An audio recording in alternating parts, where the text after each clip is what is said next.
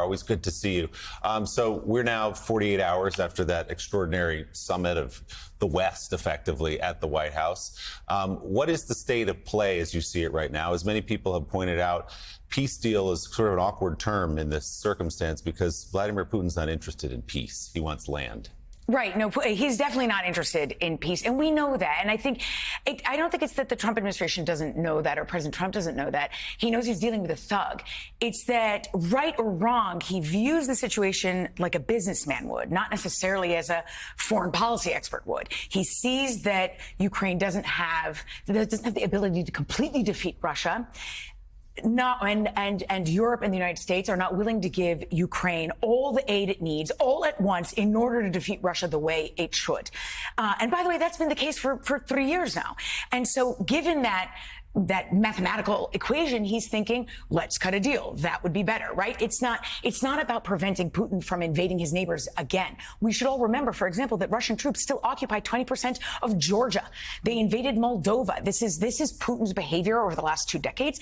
There is no reason to believe that he's going to change that. What I see and what's important is that you see this evolution in President Trump that has changed dramatically over the last 6 months, or since January, really, right? And since that disastrous meeting that you had in the Oval Office between Zelensky and Trump. And so now you see Trump shifting. He's willing to impose costs on Putin that he wasn't willing to before. The secondary sanctions you mentioned on India is significant.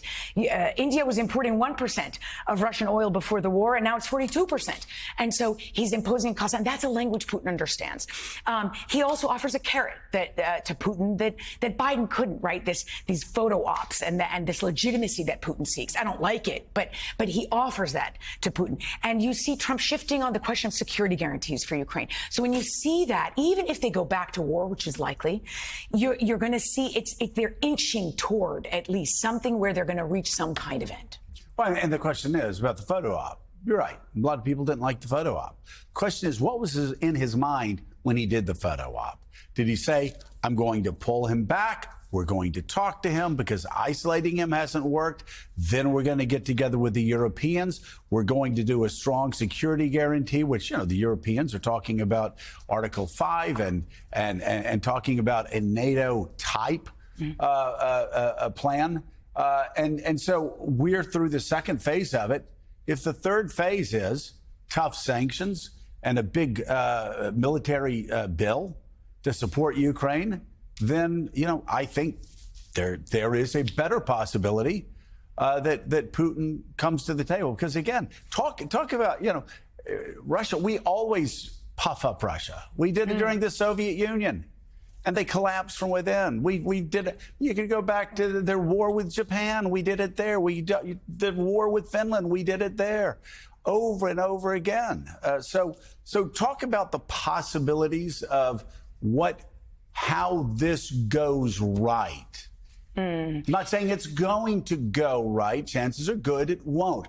But what do you see as the best way forward? So, you mentioned a really important point, Joe, which is that since the Cold War, since the end of the Cold War, Democrats and Republicans alike have both really sought to work with post-Cold War Russia, and each have had hopes, and many times those hopes have been dashed and right. Every side has been disappointed, every leader has been disappointed, and there's no reason to think that's going to change now, unless you have regime change. And I don't want to tout that. I've seen that in a lot of opinion pieces lately. Right, the only way this is going to happen is regime change. Regime change is not going to happen. Are you talking about regime change in Russia? Yeah. I want to dispel that. Do you know what's more frightening than Vladimir Putin running Russia?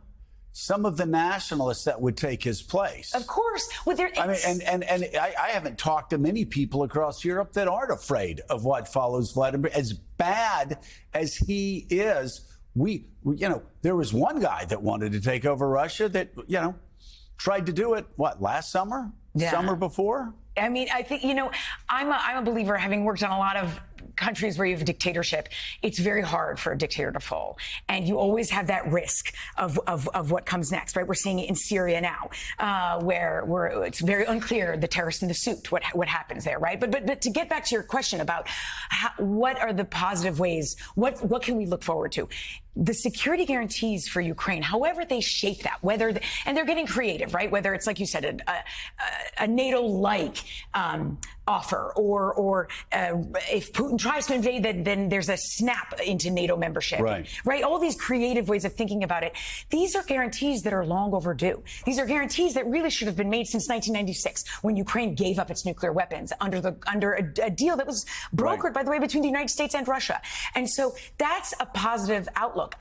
When it comes to land, this is what concerns me the most. And the reason I say that is because I look at Georgia as a precedent, and the whole world has accepted that Russia occupies 20% of Georgia. That happens to be eerily similar to the amount of land that Russia wants from Ukraine. Not that they control all of it, by the way. Putin is out there demanding 20% of Ukrainian land without fully controlling it even.